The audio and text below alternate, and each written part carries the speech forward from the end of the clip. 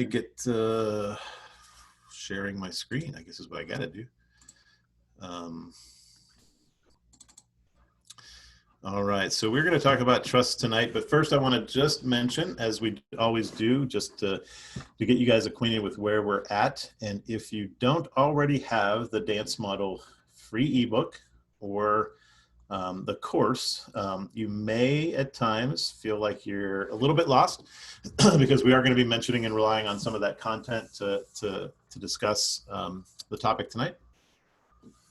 However, that is available as a free ebook. So if you don't have that, please get that. It's really a short book, but packed full of good content, communication strategies. And from there, we expand on that into an entire course that is pay what you can afford. So there's really no reason not to get that as well. We sell it for $97, but we're offering it now at pay whatever you can afford. We set the bottom of that at $10 just so there's some investment, some commitment, but we're asking you just to pray and decide what you can afford with that. And we will talk about that a little bit later. Just to develop the healing communication, to end those battles in the home and really begin to get into that relational dance with your kids. We just really want to give that to you. And whether you do anything else with us, we want you to be able to have that for free or very minimal cost to you and whatever you can afford. We just feel like that's a good way to understand what we're doing and get a good taste for what we're doing, so you know who we are, and we're not just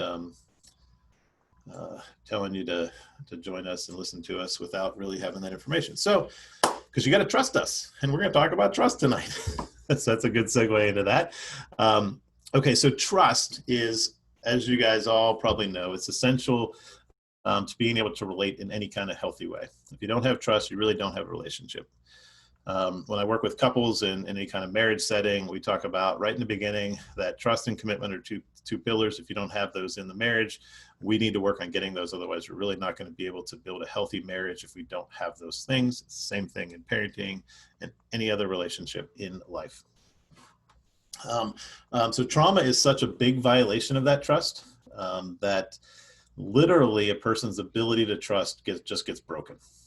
Their trust-o-meter is broken. There is no ability to really manage that in a healthy way. It's just off kilter. So what we end up having is parents just desperately trying to figure out how to fix their kids' trust-o-meter so that they can get back to trusting. And we do that in a variety of ways. So we think, if I just show them they can trust me. And we get frustrated over and over again that how many times can I be trustworthy and have them still refuse to trust me? Sometimes we think they'll realize I'm not, eventually they'll finally realize I'm not the person that hurt them and they'll start trusting me. Or we enter into this downward spiral, just looking at it as, just as behavioral. We consequent, we reward, we appease them, we ignore them, we threaten them, we bribe them, we do all the fun stuff that we do to try to fix behaviors, and we still have broken trust. And then sometimes our trust-o-meter gets broken. We begin to lose trust in ourselves, in our relationships, in our family, in our spouse, in God, in our sense of reality, right? We begin to lose that. But whether or not you lose lose trust or your trust-o-meter gets broken, we do know that your stress-o-meter is probably starting to ping out into the red. So that's probably where a lot of us are at in our relationship with trust and how to manage this and build this. Hey Steve, can I pause you right there for just absolutely. a second? Can you go back to that slide? Yep. So if you would, if you're comfortable with sharing this, you can pop it in on Facebook Live. You can drop it into the chat here in Zoom. But like, are you dark green, which is good? Are you lighter green? Are you orange? Are you yellow? Are you red? Like, where are you at? That's a good one. Just with the stress-o-meter currently, let us know. No judgments. I'll start us off. I don't even have kids. I just tell people about their kids, which, you always want to trust that guy. I'll go orange. There we go. Yeah, we got red. Perfect. Where are you at on Facebook? Are you dark green, light green, yellow, orange, red on the stress-o-meter? Where are you at tonight? And if you answer, you get double the prayers, because I think that's how that works. Am I right, Steve? Sure. Why not? Yeah. We Yeah. got We're always willing to give away prayer. always. Always, Yeah. always We doing got that. So. Jasmine saying yellow, Donna saying green today. Yesterday was red. Yep, it's probably roller coaster You effect can, there. yeah, with that extreme, with the extreme and the chaos, we can go from one to the other pretty quickly. I'm experiencing that in a lot of ways in my life right now. It's not so much right now my kids stressing me out because well, we've been doing this for quite a while, and right now things are pretty calm, but just other things. And it's so easy that, I can be really struggling with things in other areas and I can be at yellow, and then my kids can just push me right into red pretty easily because of, just all the different things going on. So. Yeah, we got Barbara on Facebook saying yellow. Sharice is saying red. We got Tina here, red most of the year, but right now probably yellow. We got Susan Owenson, yellow. And then Deanna says, can I have 8 times LOL for each kid? So there's all kinds of stress meters going on. Fantastic. Okay, we got it all over the place. Yeah. Yep. Good checking in there. Thanks for your feedback, guys. So when we look at trust is something that is a fundamental need. We need to trust, right? Even just you look at faith, right? People say, how can you have faith in stuff? Well, how can you have faith in God? Well, you have faith in something. Everyone you cannot function without trusting something or having faith in something. If you believe all of this came from, everything that we see came from nothing, that's where your faith is, right? You're trusting something you're having faith in something very unreliable, but you do have faith. So it's very important for us to understand that everyone trusts something, right? So hurt people, they don't stop trusting. They start trusting the wrong people or the wrong things. So as we look at the different categories of trust, and I just break it into 3 categories. We either see someone as trustworthy, we see them as not trustworthy yet, like we're trying to still figure it out, or we see them as untrustworthy. You could see that as just a continuum, but I'm breaking it into just kind of 3 categories. Some people are trustworthy in certain things and not trustworthy yet with other things, or untrustworthy with certain things and trustworthy with other things. But we can also kind of broadly say, yeah, this is a generally trustworthy person, or this is a not trustworthy person, or this is someone I'm not sure, not trustworthy yet. Okay, so those are the categories we're going to use just to understand healthy trust and people that have gone through trauma.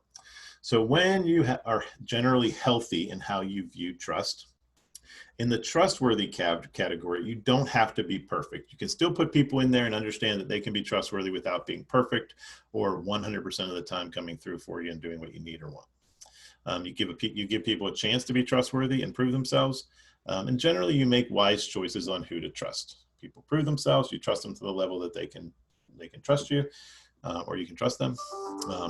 You then also have a not trustworthy yet category.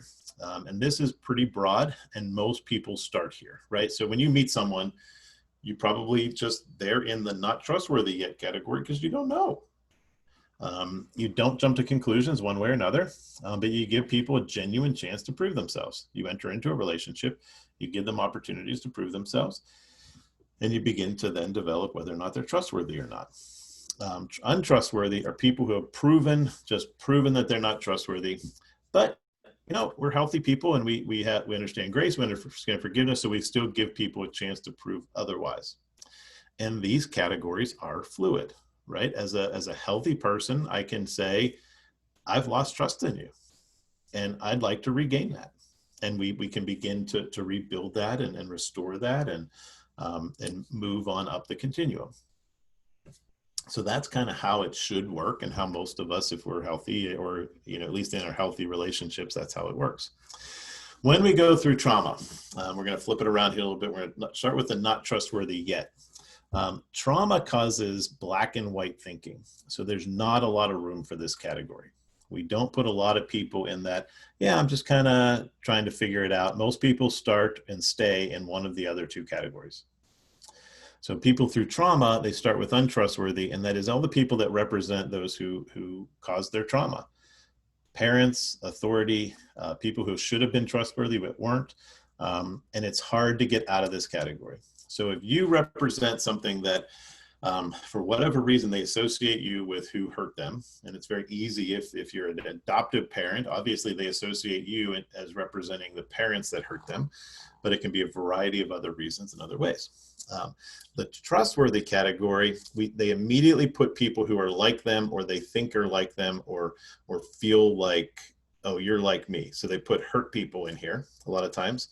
Other kids, right? How many times do we have kids come home and say, I didn't believe anything you said or trust you, but Sally that I just met in gym class told me this, and I believe her. Right? Kids just automatically begin to trust other kids, especially other hurt kids, because they feel like they can relate to them. Oh, they understand me, they get me. People who they perceive won't judge them. This is kind of interesting. So I always tell a story. When I got out of college, my parents gave me the graduation present they gave me, which is what I wanted, was a 50-day wilderness training course. I was being trained to be a wilderness instructor, and did work for a while as a wilderness therapist some point after that. So when I went on this course, we went in the first 40 days.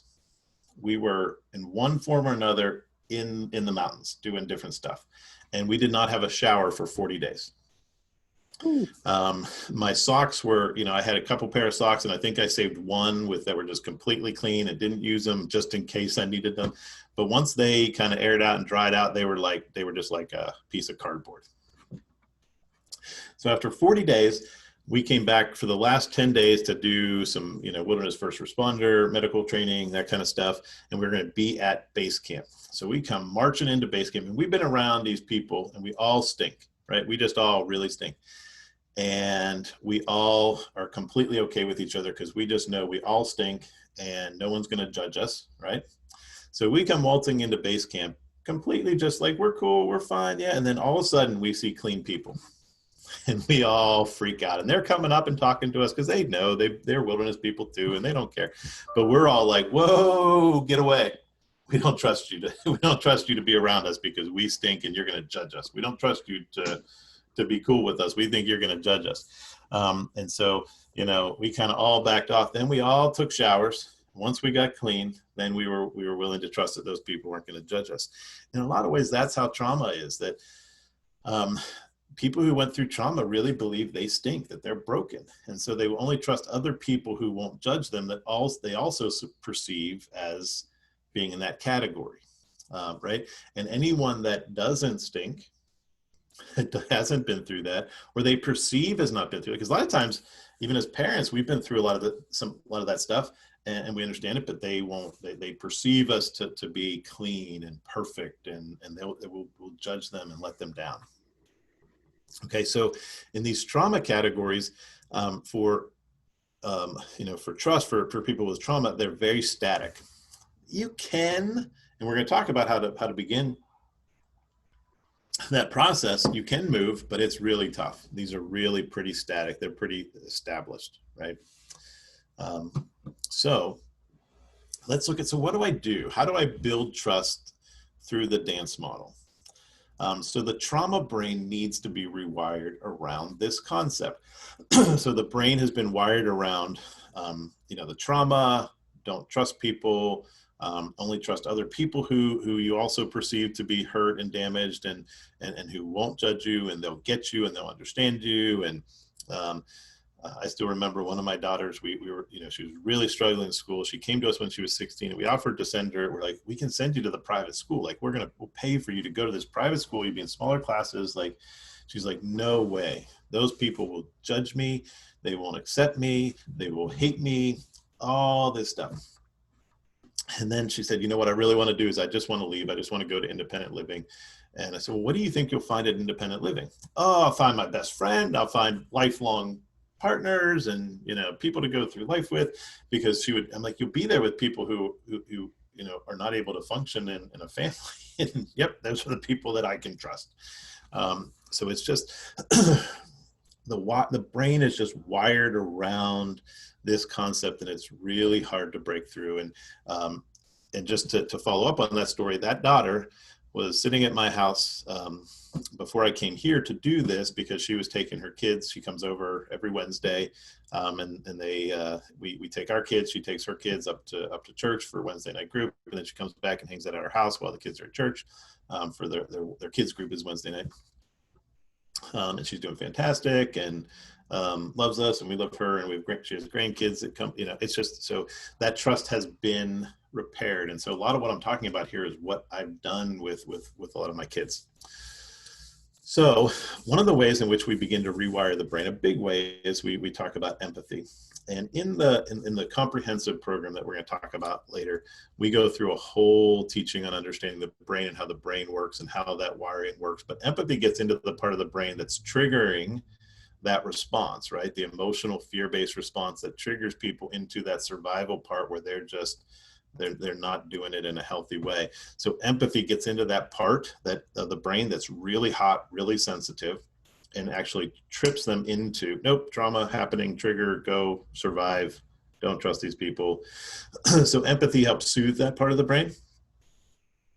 So we want to give lots of empathy to kids around their inability to trust. Let them know it makes sense. We get it. Well, I understand why you wouldn't trust me. This makes sense. And it'll be really hard. The acceptance piece of the dance model, we really need to accept that they're doing the best they can in their trauma brain when it comes to trust, that they're really struggling. This was something that was done to them. This isn't just something they're doing. This isn't something they're just consciously, actively choosing to do to make you miserable, to make the home miserable. It's not just a behavior that needs changed. It's something much deeper than that needs healed and restored.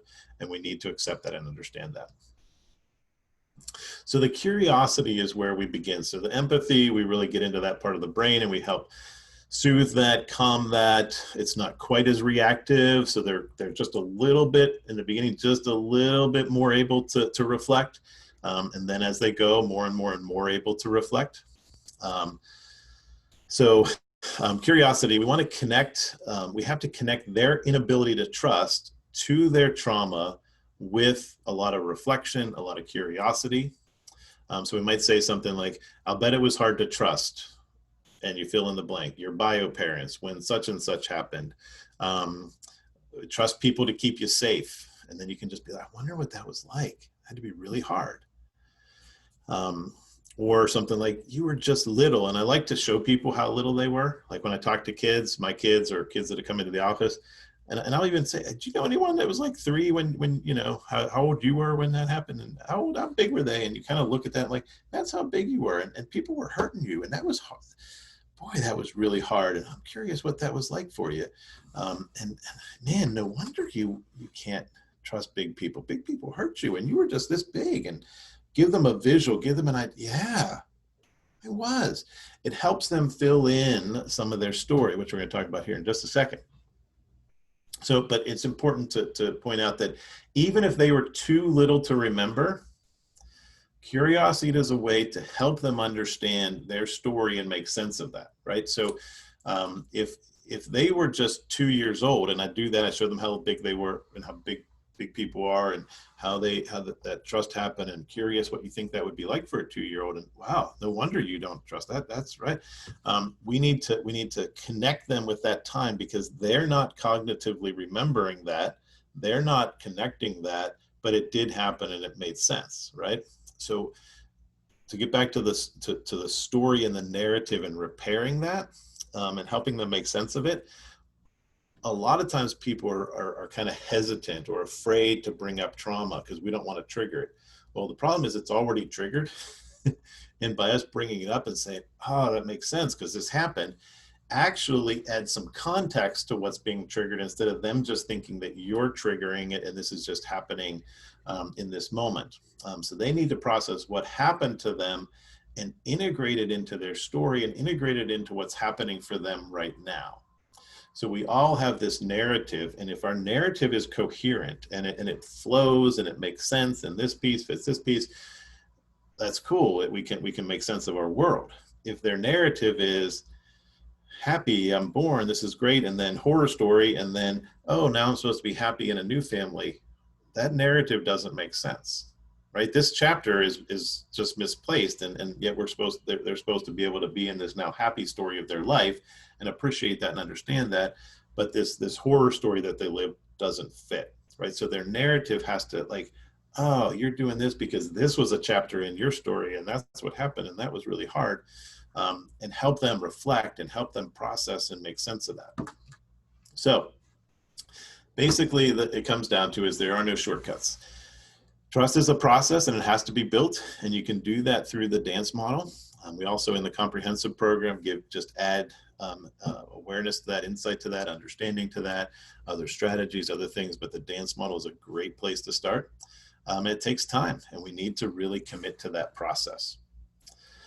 So we're in that process, and one of the things we point out to parents who come to these is that when you're parenting traumatized kids, and in this context, trying to rebuild trust, it's not a science. It's an art. This is a process. This is an art. That's why we do these calls. That's why we talk to people, and that's why in the comprehensive program we do, coaching calls with people there to help them, guide them through it. It's not a matter of checking these boxes. Oh, I understand this. I know this. I know this. I know this. I got the science down. Well, how do you apply that, right? It's like reading a book on music and then going and trying to play a piano. You need a piano teacher to sit down and walk you through that. So we're giving you in the content here and in the books that you've read or other you're getting the content. You're reading about how to play a piano. You're reading how to mix colors and paint. And then you're expecting to be able to go and just play the piano or paint a beautiful Bob Ross painting, if you're old enough to remember who Bob Ross is. But so we really want to, one of the big things that we want to be different about what we do is not just give you the science, but we want to walk you through. And that's why we've designed the program the way it is, because it's not just about selling books or programs or courses or things like that. It's about actually helping you learn how to dance with your kids, actually learning how to heal, actually learning how to be a master artist of a parent.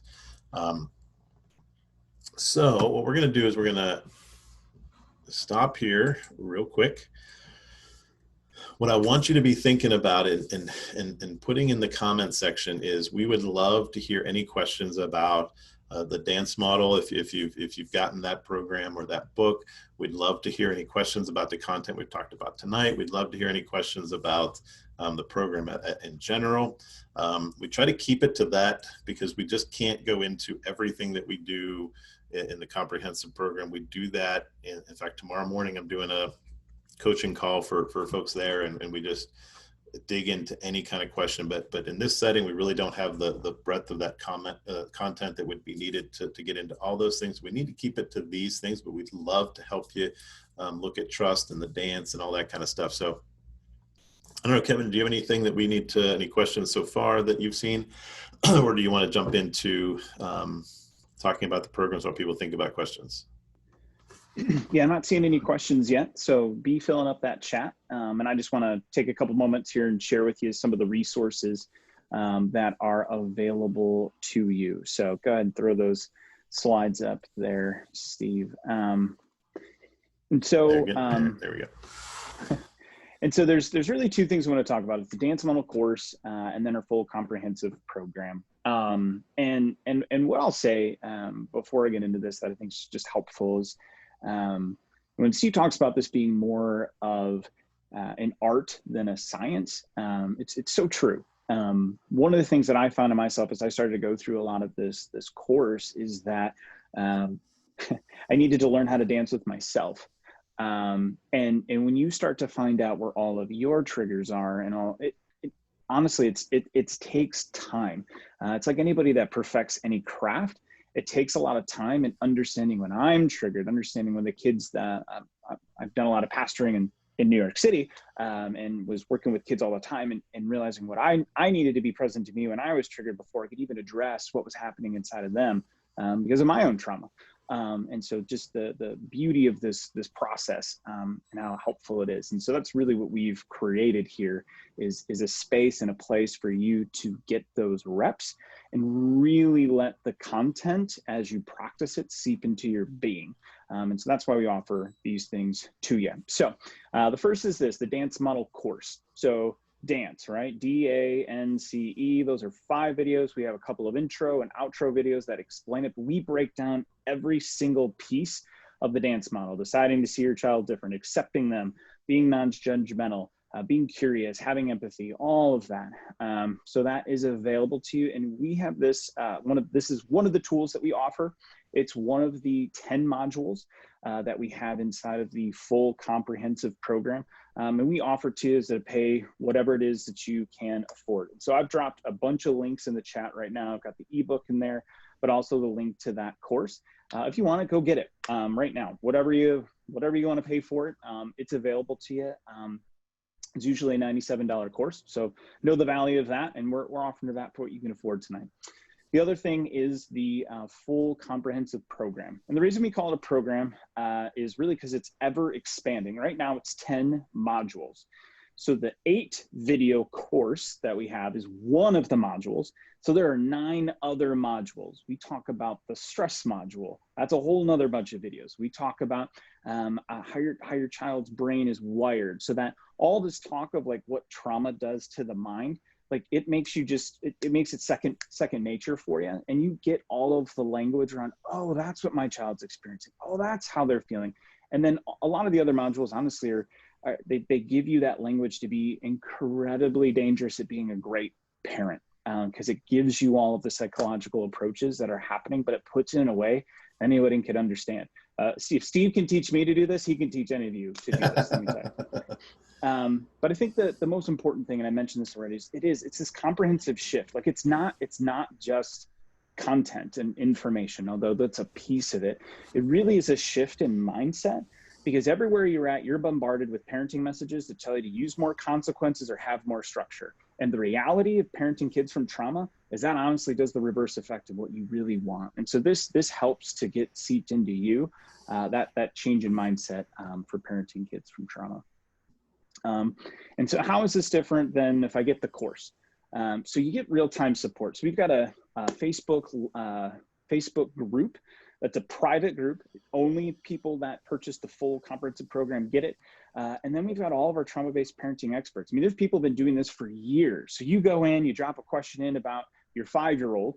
You're going to get feedback from other people. You're going to get feedback from Steve. You also get our weekly Zoom coaching calls that are smaller. I mean, we've got like over 20 people on Facebook Live right now. There's 17 people currently in here. We're going to get to as many questions as we can, but the reality is we can only do so much in the next 20 minutes. Those calls are set to be for those people. So you get coaching. Steve's doing them. We've got other trauma-based Christian parenting experts that are hopping on there as well. So that will be available to you in the program. And then also you get it for a lifetime. You guys are dealing with kids that are string across the board of all different ages. There's going to be different modules and videos that are going to be helpful in certain seasons. But the reality is what works when they're 5 is going to shift when they're 13. And this trauma, as it's being processed out, it's going to take some time. So it's yours forever. And why that's important is on the next slide, because it's an organic program. So it's ever expanding. So right now it's 10 modules. We've got another couple modules coming up here in 2021 that we're going to be adding, and other coaching, just all of those things. But if you get in now, you're in. Any additions you get forever. So in the next 10 years, all the stuff that we're going to be adding, it'll be yours today. And so this is designed to be about $1,000 course. But again, buying it with us right now, you won't pay again. And so it is, we're usually at $697, it's $200 off, and it's $497. It's available through Sunday at 11 p.m. And if you need anything, if there's a payment program, something specific that you want, if you're on this call, I will go the extra mile to make that work for you. So if you need a 6-month program, a 12-month program, if there's something that you need to make that work, go ahead and email me, and I will make sure that you get that. I will drop my email here in the chat, and also put it in on Facebook as well. So just know that all of that is available to you. So if you have any questions on that, please let me know. And also we'll be getting to those questions in just a second, because there are a lot of them I'm seeing here, Steve. Kevin, just to give some context to this, I was thinking about this, we really went through a process where I was doing this in groups. I was teaching this in intensives. I was teaching this individually. And, to do that in an economic way, like to make it like, so we could actually do it, we were charging almost I think for the intensives, it was like almost $400. When I did monthly coaching individually, and I don't currently do that, although it is something that we still offer technically, but I'm so focused on this. I charge $500 a month to individually coach people on a weekly basis. And so when we kind of looked at this and it was so cost prohibitive for a lot of people, then we designed the program this way to do more in a group setting, an education setting, and in a, Facebook, the memberships, all of that stuff, so that we could give this to you at such a ridiculously low comparatively to that, paying $500 a month for me to teach this to you month after month and walk you through it and train you. You can get that in the Facebook group and the coaching groups that we go to. We can reach a larger group of people that can afford this, as opposed to just those few people that can afford to pay $500 a month. So just to give you some context and why we did it this way, it really was to meet that need. So super helpful. I don't know if you want to go over the. Oh yeah. And then the last thing, just to make sure that you guys know that we try to make sure all of, or any of the barriers are kind of taken off. There's a 90-day money back guarantee. If you give the program a good try, if you go through 80% of the videos, if you hop on 3 of the private Zoom coaching calls, and this just isn't working, you get your money back. So if that's a concern, right, we're trying to build trust, but if that's a concern, these are things that are in place to make sure that you're confident in the decision that you're making to kind of move forward in the next step with us in terms of trauma-based Christian parenting. All right. Well, what questions can we have? Let's start on Facebook. We have Katie here. She saying, "Hey, I'm in recovery, desperately wanting to learn and apply these techniques. I'm so inconsistent. How do I recover when I blow it on the dance model and revert to old patterns in parenting?" Yeah, so it's actually perfectly fine to blow it. Some of my best work is when I blow it and really screw it up, because that recovery is so essential and so important. And we even talk about that. I think we talked about that when we talked about the stress model. And you can get that in replay on Trauma-Based Christian Parenting on the blog. You can get the replay of that and see that. But we talk about that even more comprehensively in the comprehensive program in the stress model. But the idea that when I shift into, now I get dysregulated and I start doing it really horribly wrong, it almost, the child begins, that's the chaos that the child, I'm going to say likes, but thinks they like it. It fits there, like, okay, now I'm going to comfort. I'm going to where it's comfortable for me. And then when you put on the brakes and you're like, oh man, I'm doing that again. I'm back to battling with you. It almost like throws them off, like, wait, what are you doing? You're taking away my comfort. And then you go back to empathy, and they're just ready for it, because you've now shifted gears away from the chaos and the trauma pattern that they're subconsciously or consciously trying to get you into. And so sometimes that's super effective. So you've never blown it, really. When you think you've blown it is when you can do your best work. Just acknowledge it, own it, shift back, and sometimes you'll shift your kid right back into healthy dialogue with you, which is fantastic. Well, that's great. That's great. Got another question here in the Zoom chat from Susan B. Owenson. How do you go about getting a defiant child to get ready for school in the morning without continual badgering? He knows he can get on his Kindle when he is ready, but yeah, and then it kind of goes off there. So, yeah, I mean, this goes a little bit beyond some of the content we have, and there's a lot that you'll get in the comprehensive program that would help with this, into the choices and things like that.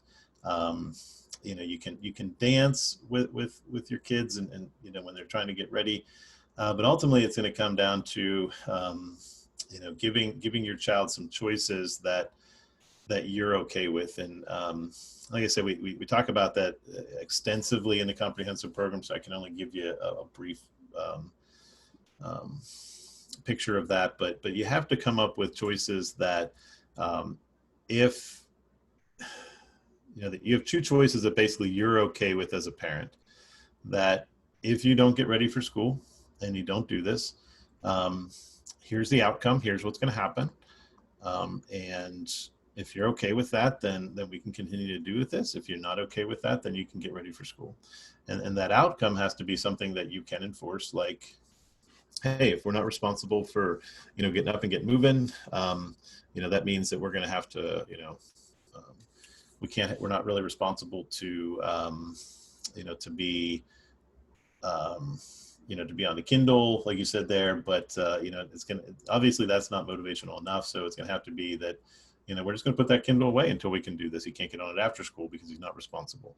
And that gets a little bit into the consequences, which I hesitate to do here, because we don't do the consequence module until the 10th module of the program. We outline a mindset in a program. But so just understand that there's going to be some dancing going on, but there's going to be a whole lot of other stuff that needs to go in that to develop the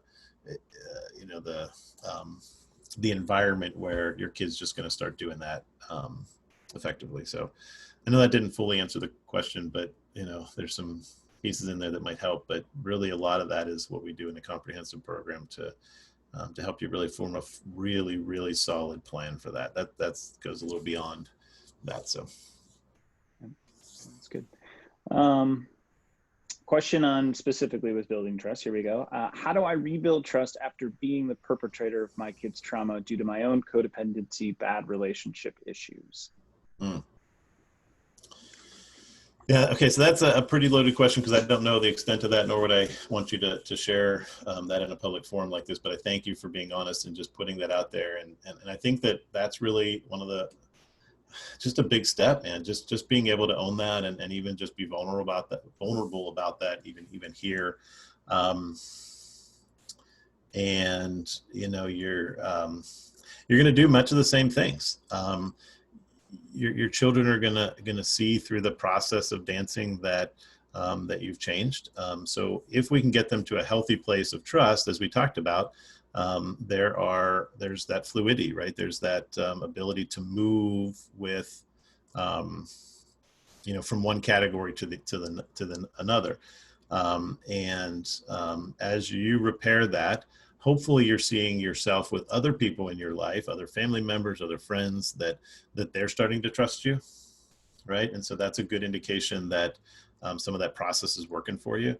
And your kids are just going to take longer. Much of the same stuff that we talked about here is what you're going to do. But I think the first step is really just being able to own that and acknowledge that. And hopefully, depending on the kid's age, how you would own that and acknowledge that with them, and you would use that in the dance. As we're talking about empathy, I get why you would, because I did this, and the more you own that and acknowledge that and accept that, and really can very specifically say, I did this to you and I caused that, and I get why you won't trust me, and it's okay. Like, just got to sit with that and just stay with that for a while and just let that be okay, and let them figure out through that process, through dancing with them, through the reflection and helping them reflect on it and share with that. And when you can receive that, and so they'll get to the point where they share, when you did this, it hurt me and it did this and blah, blah, blah. And you're like, and you receive that, that'll be huge for you. That's good. Another question here. Is this model effective? The dance model effective with the 20-year-old adopted boy with reactive attachment disorder? I'm going to give the short answer or the long answer. Short answer is yes. Short answer, Do I ever have short answers? I could just say yes and we can move on. Actually, I've had a lot of people come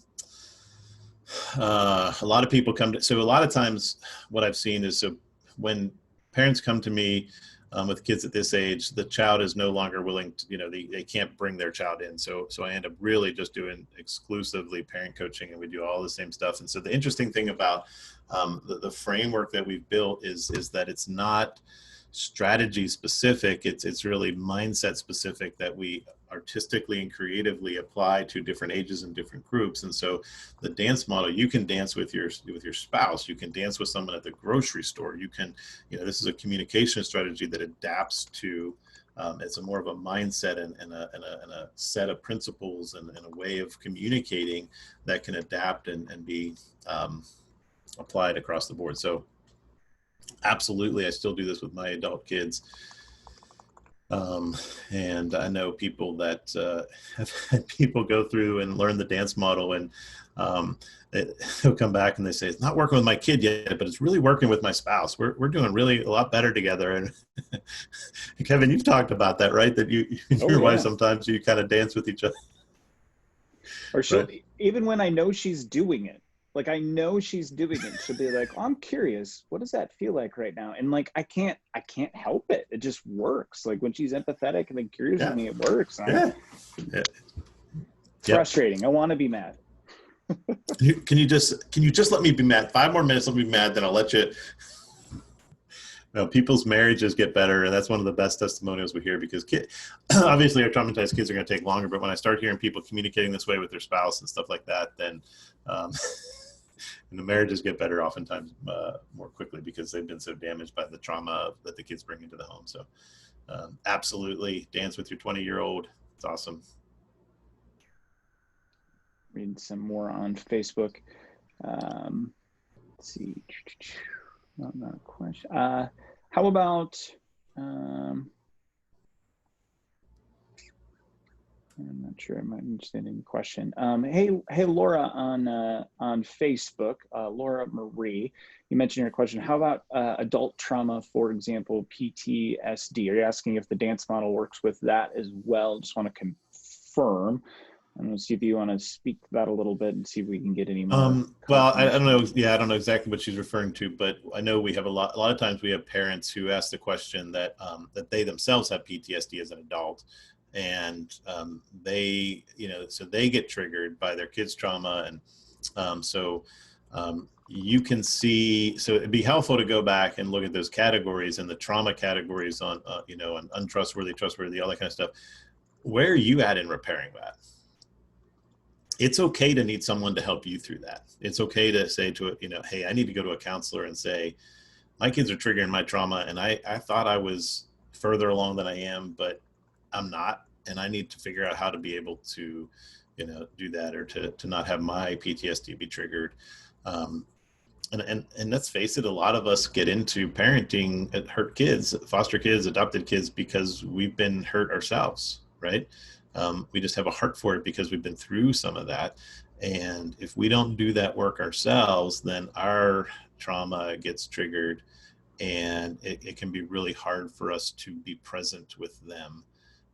We really need to be pretty well repaired, but in that process before we take in kids of trauma. But sometimes we take in kids and we realize that we're not quite as far along, and we need to repair that. And so your trust-o-meter needs to be fixed, and you need someone to help you do that. I'm not sure if that's what the question was, but it's a good question if it wasn't. Let's see, I'm looking, I'm not seeing any clarification just yet, but just a comment from Dina on the chat here that she blows it all the time and has to apologize. Me too. Thank you for acknowledging that and being willing to admit that. We all need to admit that. And like I said, it's really, yes, we feel like we blew it, but when we really look at the grand scheme of things, sometimes those are the best opportunities, because we've just got the kids into a pattern with us that we can just pull out of, and they don't know what hit them, because now you're doing it healthy, and I don't understand. True. Very true. All right. Well, it looks like that is all of the questions for tonight. I'm not seeing anything else in here, but loving the comments, loving the questions. We've got a lot of folks on Facebook here that are encouraging each other and sharing their stories. And thank you so much for being raw and vulnerable. This is the place to do that. These are the people to connect with. I mean, we're all, I think everyone but me is a parent of some kid, and is processing through how to do this well. And honestly, like one of the biggest biblical truths with this is like, we're meant to do this in community. We're not meant to do this Yep. alone. And so there's power in this. And so I'm really, really honored that everyone made it out tonight That's what I was going to to be part of this. I was going to say about hearing that going on Facebook is that really we're inviting you to a family, and that's one of the keys to it being a lifetime program, a lifetime process, is that we're really inviting you into a family and a process and a community. Sometimes we've kind of talked about it in the context of we're creating sort of an online church for, for trauma-based parenting, where we're creating a family of parents to join us. And we're just inviting you into that and trying to make that as affordable and possible for you guys. And hopefully you at least keep joining us in this setting. Invite you back every Wednesday until you're ready to jump into the comprehensive program where we can meet you in there. And we don't do the hard sell kind of thing. We just invite people to our family in whatever way they want to join us. And we're not offended if you want to go somewhere you don't want to join us. We just want to love on you and help you and help your kiddos. So that's where we're at. Yeah, absolutely. So. Absolutely.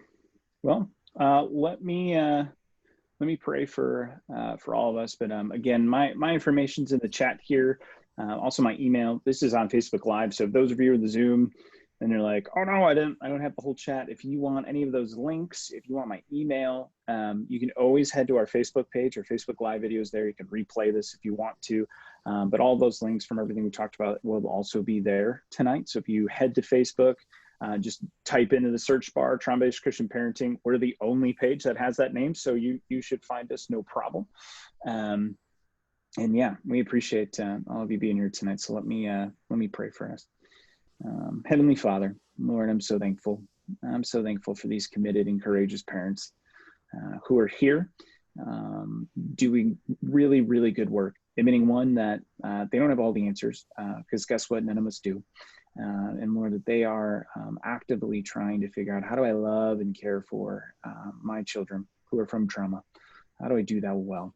And so, Father, I pray that you would bless the work of their hands, that you would multiply the efforts that are here in these Wednesday night coaching calls. And Lord, that throughout the week, that these things would come into mind. How do I be more empathetic? That emotional anesthesia that kind of sucks the tension out of the room, out of the argument. How do I be curious about my child? How do I decide to see them differently?